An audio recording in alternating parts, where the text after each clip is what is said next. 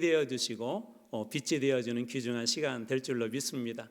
오늘 첫 번째 시간은 저희들이 여러분들하고 나눌 그 말씀은 절대 진리의 나침판, 말씀은 절대 진리의 나침판이다라는 제목을 가지고 말씀을 나눠 보려고 합니다.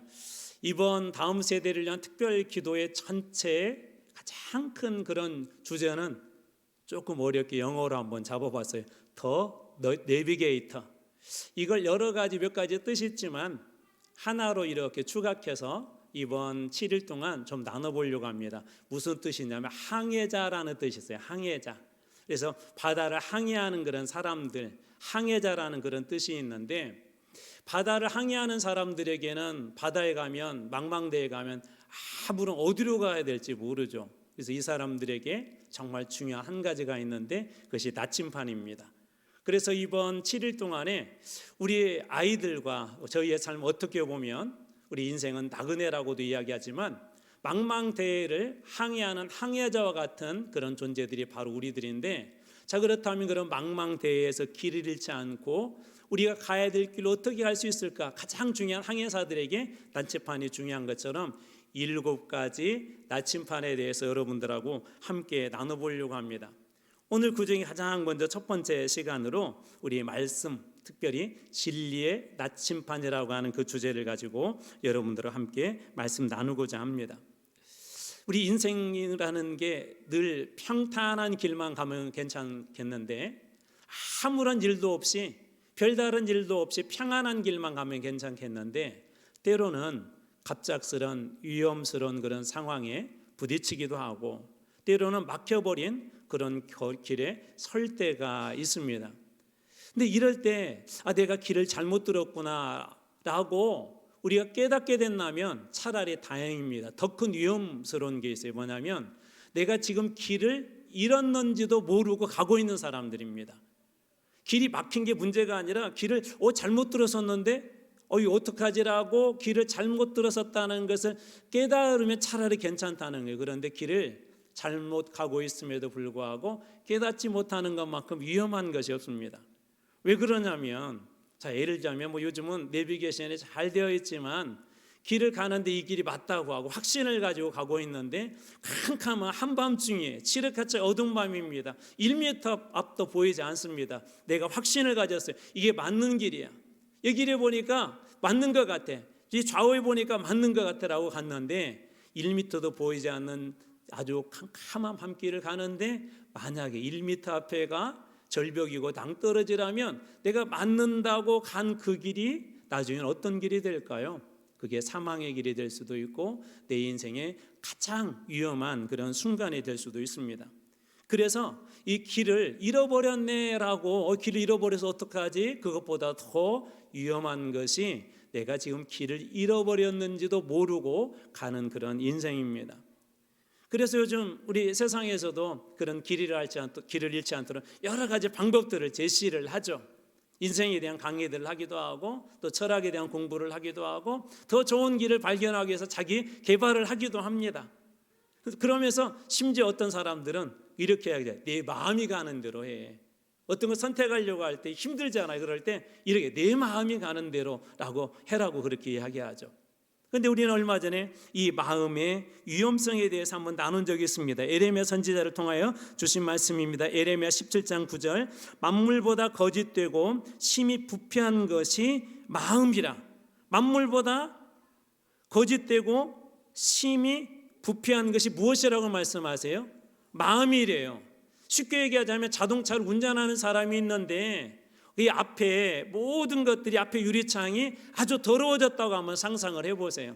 아주 캄캄한 것으로, 아니 진흙으로 그 앞에가 전부 다 이렇게 칠해져 있다면 운전하는 게 불편할 것입니다.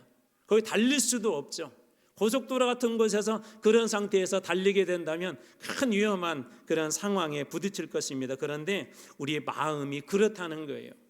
우리의 마음이 늘 바른 것 같지만, 여러분 그런 적이 있어요. 똑같은 상황인데 어느 때는 괜찮아 라고 이야기하지만 어느 때는 똑같은 상황인데 어떡하지? 걱정하기도 하고, 또 어떤 사람이 똑같은 행동을 했는데 그 사람을 보면서 저 정도 그럴 수 있지, 너 그런 마음을 가질 때가 있는가 하면 그 사람이 미우면은요 아주 파늘끝 같은 아주 조그마한 잘못만 하더라도 막 그거에 대해서 크게 확대해서 보여지고 그 사람에 대해서 안 좋게 이야기합니다.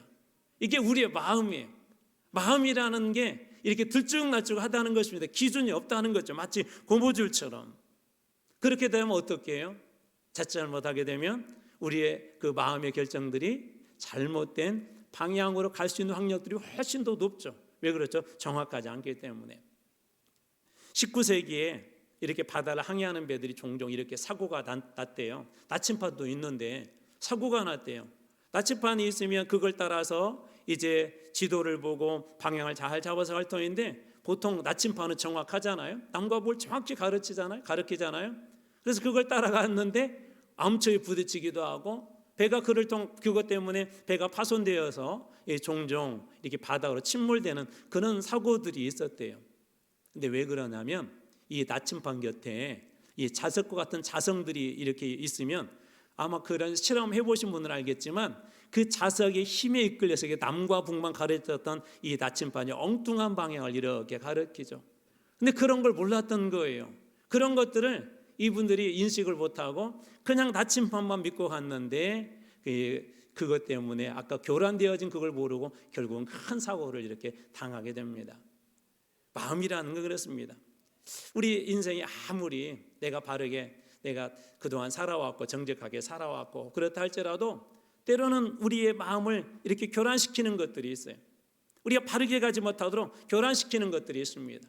운전하는 사람이 운전대를 붙잡고 똑바로 앞만 보고 가야 되는데 운전하는 사람이 가다가 옆을 계속 쳐다보게 된다면 어떤 일들이 일어나게 되죠? 원하는 목적지에 도달하기 힘들 것입니다. 그런 의미에서 오늘 성경이 우리들에게 가르쳐주는 아주 중요한 교훈이 있습니다. 너희들의 인생은 항해자와 같은데 그 인생의 길을 똑바로 가르쳐주는 나침반과 같은 것이 있는데 바로 그것이 성경이다 라고 그렇게 이야기합니다. 오늘 특별히 오늘 말씀에서는 그래서 그것을 내 발의 등을 그리고 내 길의 빛이다라고 하고 그렇게 은유적으로 우리들에게 이야기해 주죠. 여러분 등과 빛은 왜 필요하죠? 등과 빛이 필요하다는 것은 우리에게 어둠이라는 게 존재한다는 거예요. 그렇기 때문에 등과 빛이 필요한 것입니다. 예수님께서 왜 우리 인생들 가운데 찾아온 것이죠? 우리의 인생에 죄악이라는 어둠이 있기 때문에 예수님이 필요했던 것이죠. 그런데 우리는 종종 그러한 사실을 놓쳐버리고 삽니다. 내 경험이 중요할 때가 있고 내가 가지고 있는 지식이 중요할 때가 있습니다. 그래서 그런 것들을 의지하기도 하죠. 그래서 우리의 인생에 등과 빛이 필요한 이유는 어둠 속에 있기 때문에 그리고 무엇보다도 어둠 속에 있지만 그 길을 밝혀줄 수 있는 빛이 필요하고 등이 필요하기 때문에 하나님께서는 우리의 인생의 망망대해를 항해하는 배와 같이 때로는 광야를 걸어가는 나그네처럼 힘들고 어려운 길이지만 그 길 어디로 가야 될지 비춰주는 것으로 주님의 말씀을 주셨다는 것입니다. 길을 잃었다는 것은 진짜 나침반의 절신이 필요하다는 것이죠. 요즘 늘 생각할 때마다 그런 생각들이 많이 들어요. 요즘 이 시대에 많은 분들이 길을 잃고 살고 있다는 생각들이 많이 듭니다. 방황하고 있는 그런 사람들의 모습을 많이 보게 됩니다. 특별히 오늘 이 저녁에 이 밤에 환한 길로 인도하시는 말씀이라는 나침반을 여러분들이 깊이 만나시길 주님의 이름으로 축원합니다. 첫 번째 주는 은혜는 이거예요. 말씀은 내 발에 아까 무엇이라고 했죠? 내 발에는 뭐죠? 발에는 등불을, 길에는 무엇이죠? 빛의 이 두 가지를 기억하십시오. 첫 번째 은혜는 뭐냐면 하나님의 말씀은 내 발의 등불입니다. 자, 119편 105절 앞부분입니다. 주의 말씀은 내 발에 무엇이요? 등이요. 자, 발의 등이라는 말은 등이라는 말 니르라고 하는데 히브리어로 작은 등을 이야기해요. 우리나라도 사극 같은 데 보면 이 밤에 길을 갈 때 무엇을 들고 다니죠? 자, 사극이에요. 사극인데 랜턴 들고 다닌다고 하면 안 됩니다. 그렇죠? 호롱불 같은 거 들고 다니죠. 그 등불이 멀리 비추는가 아니면 이 가까운 주변만 이렇게 비추던가요? 그죠? 가까운 주변만 비추죠. 여기서 등이라는 말이 이 니르라는 말이 그런 때 작은 등을 이야기합니다. 태양과 같은 거대한 등이 아니라 어두운 밤길에서 내 주변, 내 앞길을 비춰주는 것이 바로 이 등불이에요. 등. 이걸 비춤으로써 유익한 점이 있죠. 내 한 걸음 한 걸음 내딛는 그곳에 돌부리가 있는지 혹은 어떤 위험한 것이 있는지 혹은 더러운 웅덩이가 있는지 깨닫게 하고 보게 하고 그것을 피하게 해줍니다. 등불은 지금 내 눈앞에 있는 상황을 파악하고 좋은 길로 이렇게 선택하게 하죠. 자동차 운전을 해보신 분들은 밤길 이렇게 운전할 때 우리가 무엇을 켜죠? 등을 켜죠. 서치라이트라는 게 킨단 말이에요. 물론 요즘 기능 중에 그런 것도 있더라고요. 이렇게 하면 멀리까지 비춰주지만 그것이 더 멀리까지 보여주지는 않죠. 서울에서 예를 들어서 부산까지 가는데 그 먼 길까지는 비춰주지 않습니다. 그 기능은 뭐죠? 우리 몇십 미터 앞에까지 볼 수 있도록 그 등이 켜줌으로 그 몇십 미터 앞을 하나하나씩 짚어가다 보면 어느 순간에 서울을 출발한 그 자동차가 목적지인 이 부산에 도달할 수 있는 것처럼 등은 멀리 비춰주는 게 아니에요. 이게 무슨 의미냐면 우리가 인생을 사실은 멀리 내다보고 그것을 이렇게 디자인하면 좋겠는데 문제는 뭐냐면 우리의 인생이 한꺼번에 저 멀리까지 가지 않습니다. 하루하루가 쌓여서 그리고 일주일이 되고 일주일이 쌓여서 한 달이 되고 한 달이 쌓여서 1년이 되고 1년이라는 그런 시간들이 쌓이게 되면 2년이 되고 5년이 되고 10년이 되는 것처럼 이 작은 걸음이지만 그가 하나하나도 너무나도 중요합니다.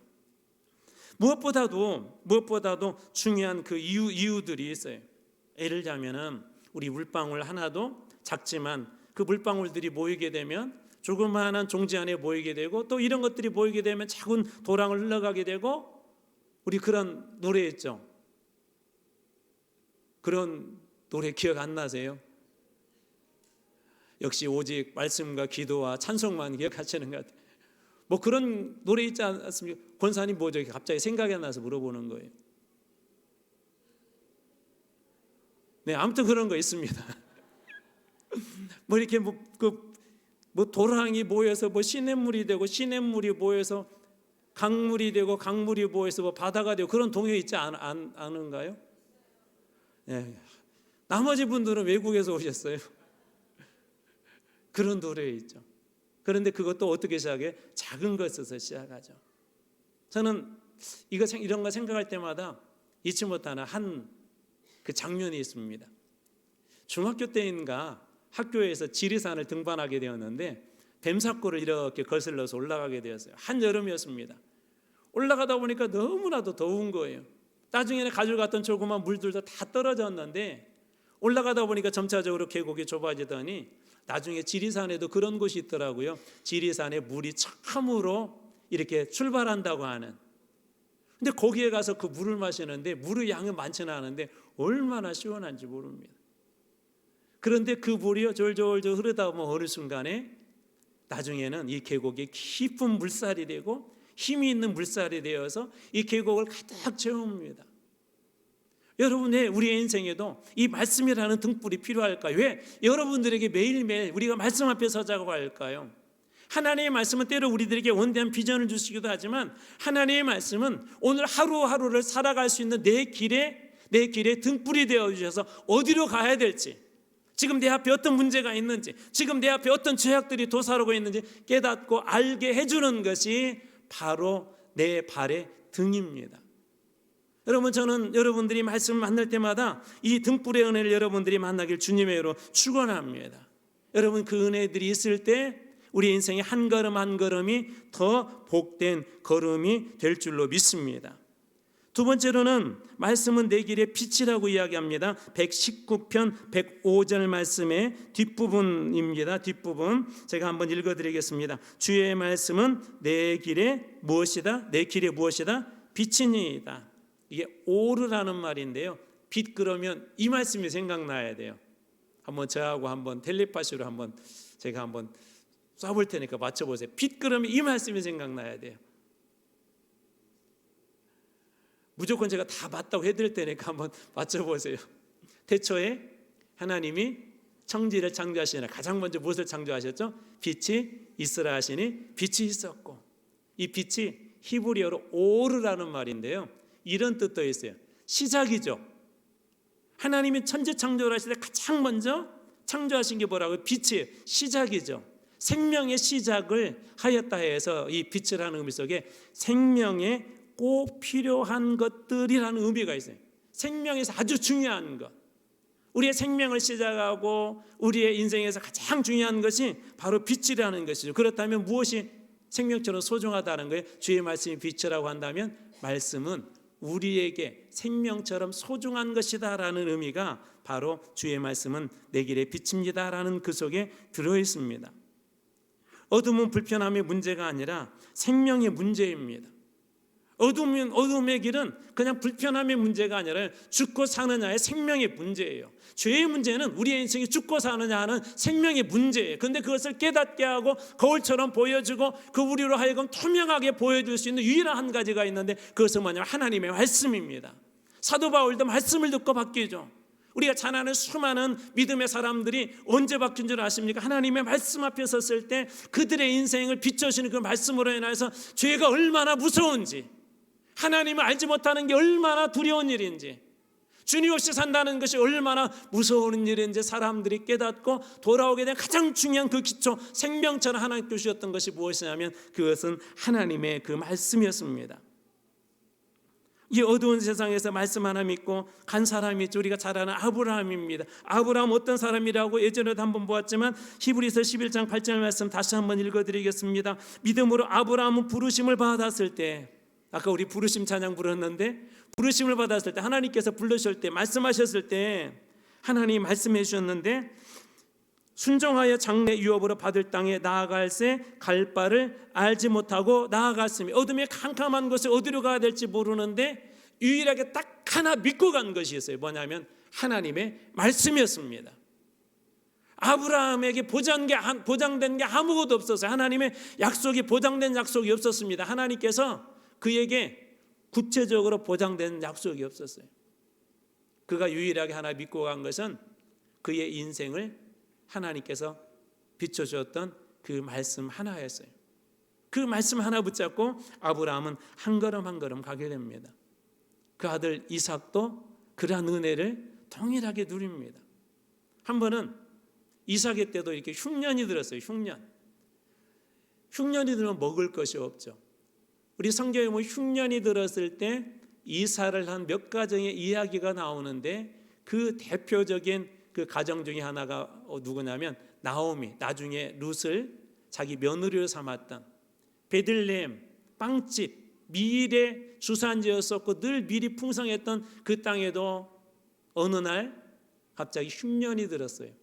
그러자 그 가정이 밀이 많이 생산되는 모압의 땅, 지금도 그 지역에 가서면 그 주변이 전부 다 밀밭입니다.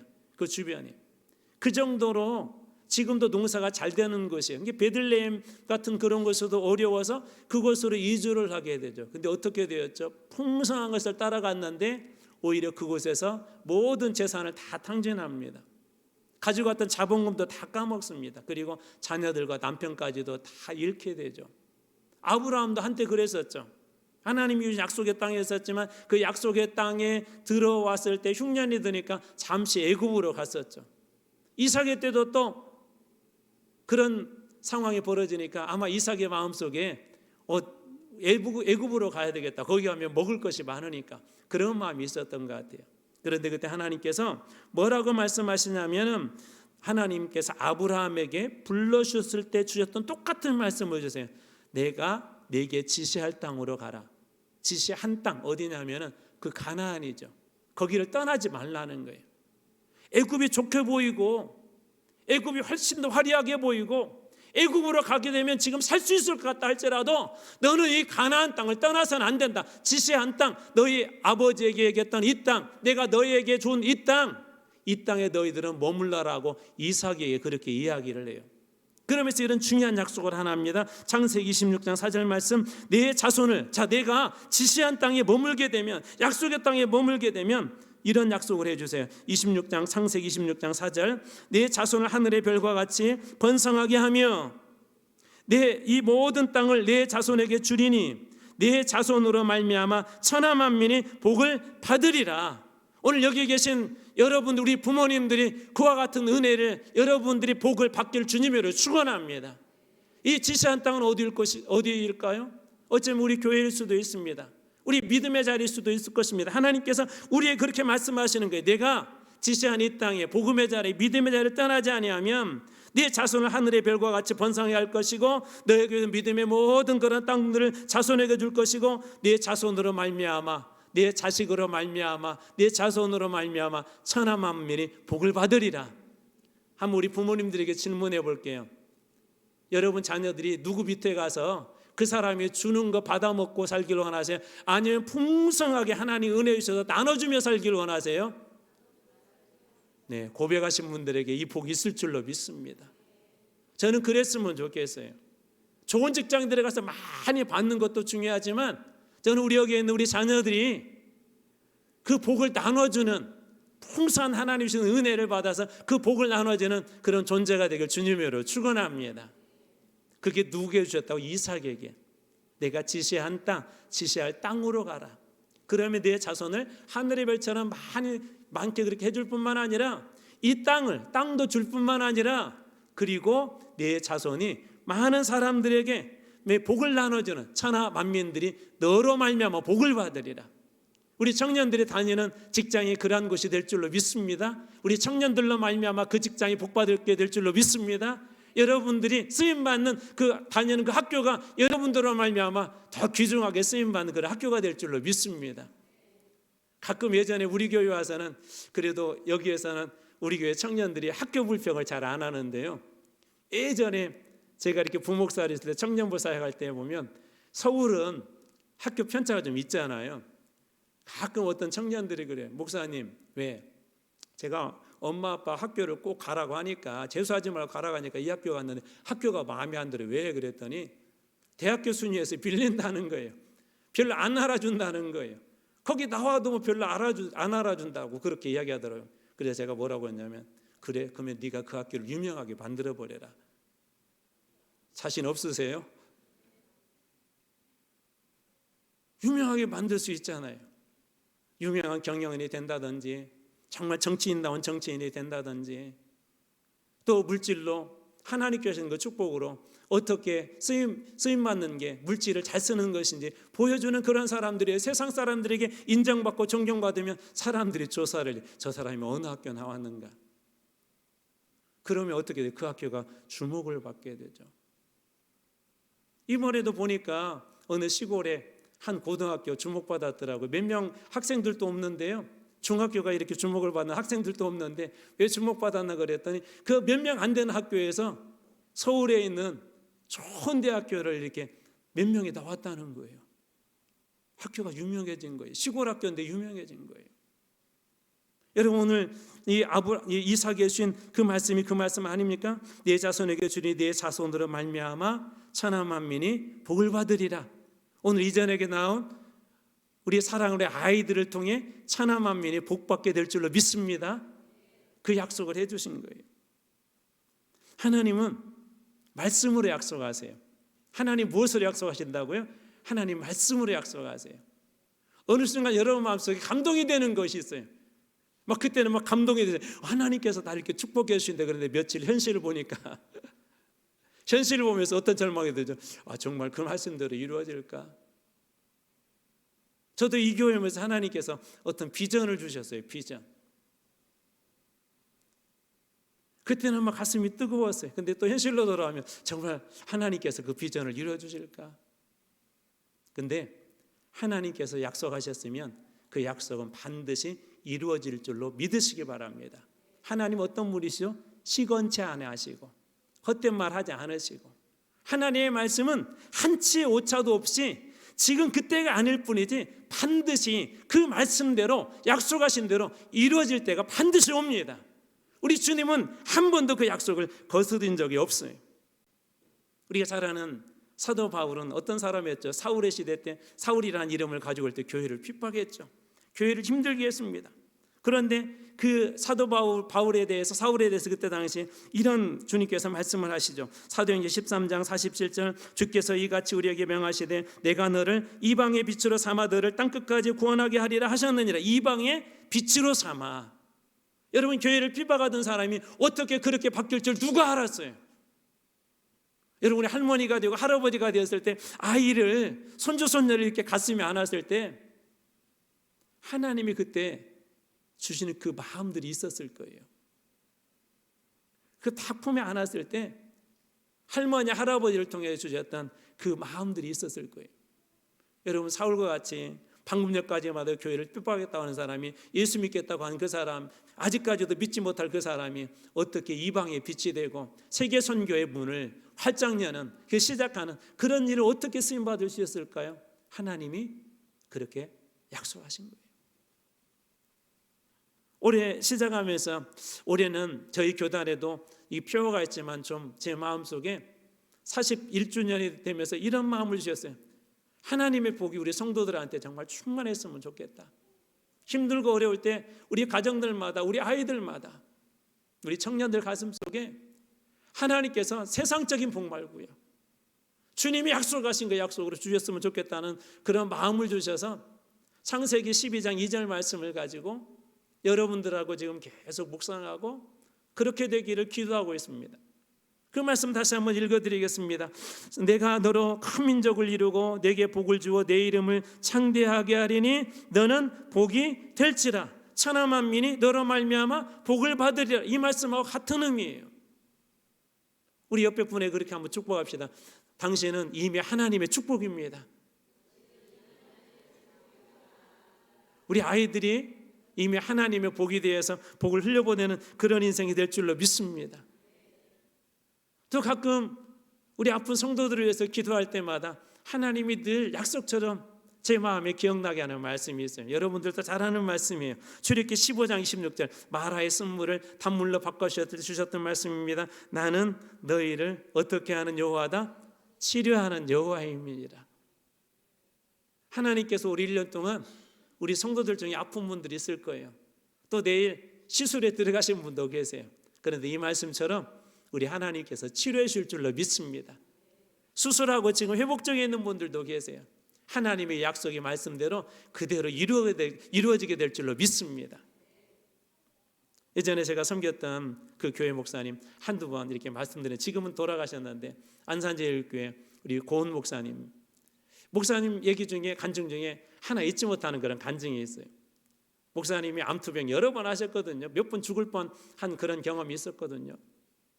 한 번은 이렇게 유암으로 병원에 입원했는데 목사님도 상황이 좋지는 않으셨어요. 근데 그 병실에 암 환자들이 이제 같이 있는데 어떤 분은 이제 막 일기, 치료만 잘하면 일반적으로 예후가 좋아지는 그런 분들이시고, 목사님은 조금 염려스러운 그런 상태 진단을 받았어요. 목사님인데도 막상 그런 얘기를 듣고 나면 두렵습니다. 여러 가지 생각이 나죠. 먼저 교회 걱정이 되고, 가족들 걱정이 되고, 나도 이 병실에서 살아나갈 수 있을까? 그런 여러 가지 수많은 질문들이 이 마음속에서 혼자 하면서 때로는 여러 가지 힘든 마음이 이렇게 그 모든 상황들을 짓누르기도 합니다. 너무 목사님도 힘들었대요. 그런데 그 병실에 있는 분들도 암이라고 하니까 다 여기서 이러다 죽겠네, 저러다 죽겠네, 막 그렇게 얘기 들어보니까 얼마나 더 힘들었겠어요. 근데 어느 날 잘 아시는 분이 이렇게 병문안을 오면서 화분을 하나 가지고 왔는데 방금 이 말씀, 출애굽기 15장 이 말씀, 나는 너희를 치료하는 여호와임이니라, 그것을 이렇게 리본에다 달아서 줬는데 목사님도 신방하면, 저도 신방하면 이 말씀 많이 환우들에게 전하거든요. 근데 그날따라 이 말씀이 쏙 들어오는 것 같더래요. 맞아, 암이라는 게 두렵고 무서운 건 맞아, 내 상황이 안 좋은 건 맞아. 근데 하나님께서 말씀하신 거예요. 이분을 통해서 나에게 말씀하신 거예요. 나에게 약속하신 거예요. 그때부터 목사님 마음속에 모든 두려움이 사라지더래요. 그게 평안이 찾아왔어요.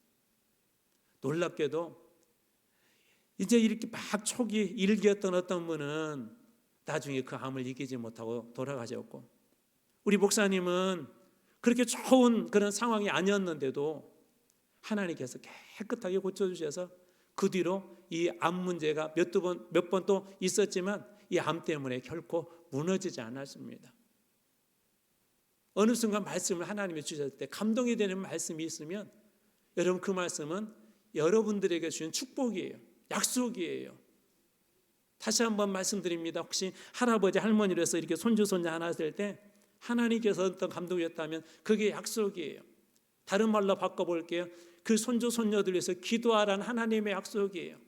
우리 부모님들 이 중에 자녀들이 이미 많이 컸겠지만 그때 당시 그 자녀들 하나님께 주셨을 때, 그 아이 품에 안았을 때, 아이의 따뜻한 그 온기와 심장의 소리를 느꼈을 때 그때 주셨던 하나님의 약속이 있다면 그것은 하나님께서 여러분에게 주신 약속이에요.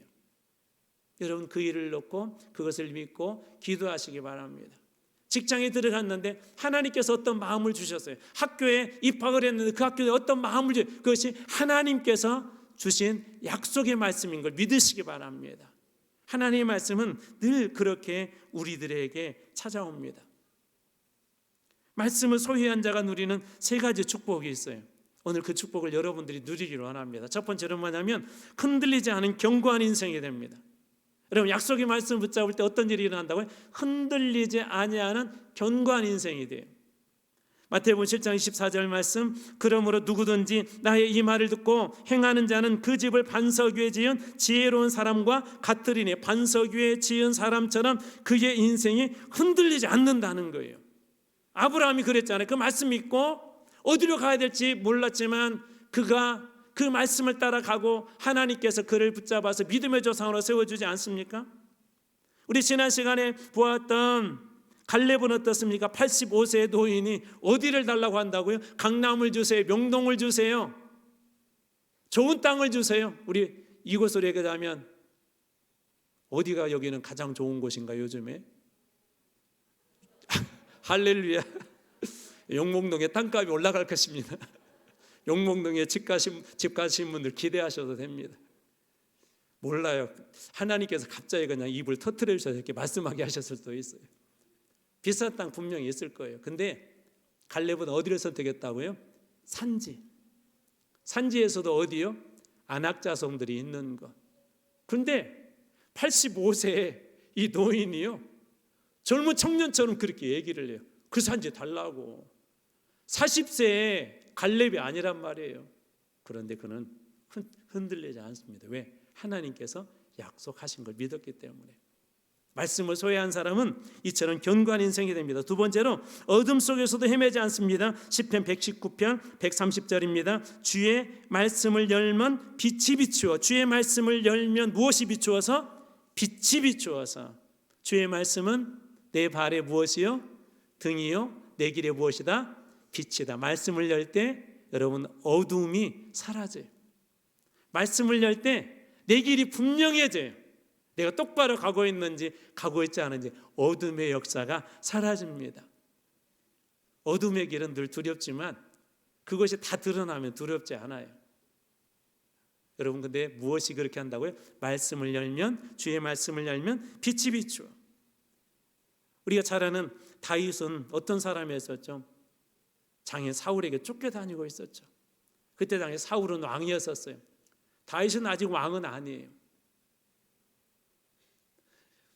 여러 번 죽일 수 있는 그런 기회가 있었죠. 근데 그는 사울 왕을 죽이지 않습니다. 하나님께서 세운 종을 내가 어떻게 하며, 그 하나님의 일이라는 거예요. 어둠의 일에 그가 빠져들지 않아요. 원수를 보복하는 그 일에 빠져들지 않습니다. 왜 그럴까요? 주의 말씀이 늘 그의 삶에 등이 되어주고 빛이 되어줬기 때문에 그렇습니다. 어둠의 일을 사랑하지 않아요. 우리 자녀들이 그랬으면 좋겠어요. 우리 아이들에게요, 어둠의 일들이 얼마나 많은지 몰라요. 스마트폰 좋긴 하지만 잘못 켜게 되면 여러분도 그런 적 있으시죠? 저도 잘못 눌러가지고 하필이면 성도가 보고 있는데 막 이상한 것이 들 때가 있어요. 여러분들은 그게 뭔지 잘 모르신 것 같아요. 우리 아이들이 조금만 한눈 팔면 빠지기 쉬운 어둠의 일들이 얼마나 많이 있는지 몰라요. 그러나 말씀이 우리 아이들 삶 속에 주어지게 되면 하나님께서 그 말씀을 통해서 어둠의 일을 벗어버리도록, 어둠의 길을 가지 않도록 하나님의 말씀이 비춰줄 줄로 믿습니다. 세 번째로 형통의 축복을 누립니다. 말씀을 소유하게 될 때 형통의 축복을 누립니다. 시편 1편 3절 그는 시냇가에 심은 나무가 철을 따라 열매를 맺으며 그 잎사귀가 마르지 않음 같으니 그가 하는 모든 일이 다 무엇하리로다? 형통하리로다. 세상적인 용어로 무엇하고 똑같다고 그랬죠? 성공하리로다. 세상에서는 노력과 실력과 자본으로 성공을 하지만 우리 그리스도인들의 진정한 성공은 하나님의 말씀에서 승부가 납니다. 말씀을 가지고 있는 사람이 반드시 최종적인 승리자가 됩니다. 그런 의미가 바로 여기 있습니다. 그럼에도 불구하고 종종 우리들은 방황을 하죠. 초신자들에게나 오래 예수를 믿었지만 믿음이 깊지 않은 분들은 말씀대로 사는 것들이 이게 어렵다고 그래요. 말씀대로 산다고 샀는데 엉뚱한 길로 간다고 그래요. 그런데 은혜가 하나가 있어요. 은혜. 혹시 내비게이션 켜고 운전을 하다가 내비게이션 오른쪽으로 가세요 그랬는데 순간 놓쳐서 왼쪽으로 가신 적 있으시죠? 그럴 때 내비게이션이 갑자기 화를 냅니다. 내가 오른쪽으로 가라고 그랬잖아. 왜 왼쪽으로 가가지고 그렇게 화를 내던가요? 아니죠. 어떡하죠? 바로 방향을 수정해 줍니다. 저 앞에서 다시 우회전하세요. 조금 돌아가지만 다시 원래 길로 이렇게 찾아주지 않습니까? 여러분, 말씀을 붙잡은 우리의 인생은 그와 같습니다.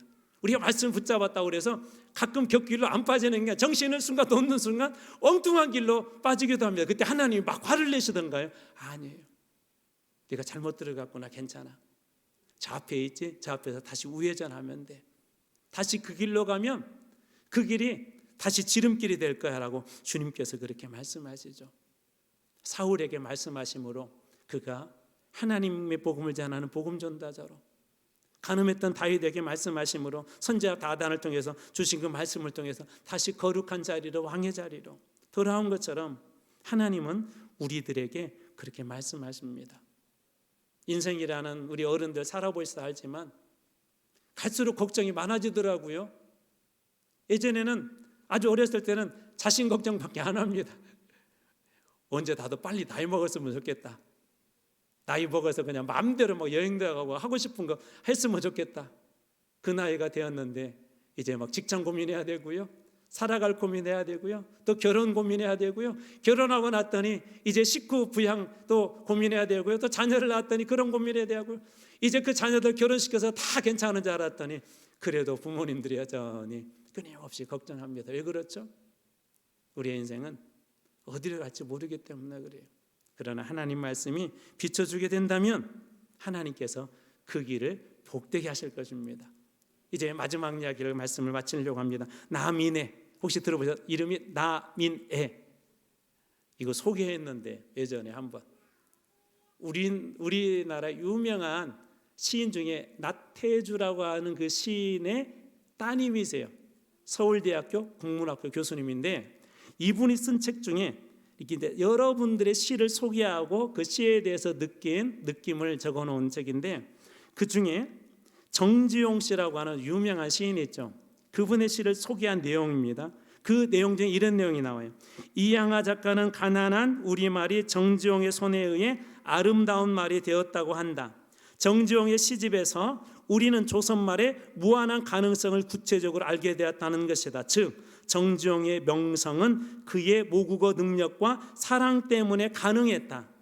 정지용의 명성은 그의 모국어 능력과 사랑 때문에 가능했대요.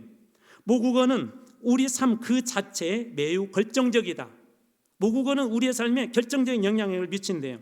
모국어를 잃으면 그 모국어로 이루어진 영역을 흡수할 수 없다. 이 글을 읽으면서 우리 그리스도인들에게 모국어가 무엇일까? 그래서 하나님 말씀이라는 생각이 들었습니다. 성경을 모르면, 말씀을 모르면 말씀이 주는 그런 축복과 은혜를 흡수할 수가 없습니다. 하나님의 말씀이 무엇인지 모르면 하나님을 깊이 사랑할 수도 없습니다. 우리가 막 그렇기 때문에 이 말씀 앞에 매일 쏘고 만나고 해야 될 몇 가지 이유들이 중에 하나가, 몇 가지 이유들이 있지만 그 중에 중요한 이유 중에 하나는 이거예요. 여러분, 말씀을 사랑하십시오. 말씀을 사랑하는 것이 주님을 사랑하는 것입니다. 주님을 사랑하는 것이 여러분의 어둠의 역사를 이겨내는 것입니다. 어둠의 역사를 이겨내는 것이 하나님께서 주시는 우리가 가야 될 아주 중요한 길인 것을 잊지 마시기 바랍니다.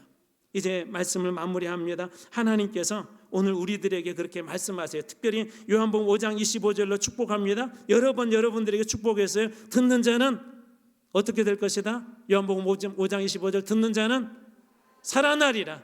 우리 아이들에게 말씀이 들려지고 여기 계신 분들에게 이번 7일 동안 이 집회기원을 말씀이 들려질 때 여러분 가정이 살아나길 주님으로 축복합니다. 죽었던 신앙이 다시 일어나길 주님으로 축복합니다. 여러분 그동안 움츠렸던 우리 기도의 능력이 다시 살아나길 주님으로 축원합니다. 여러분의 기도가 닿는 곳들마다 우리 자녀들이 살아나고 교회가 살아나는 큰 믿음의 여정 다 되시길 주님으로 축원합니다. 기도하시겠습니다.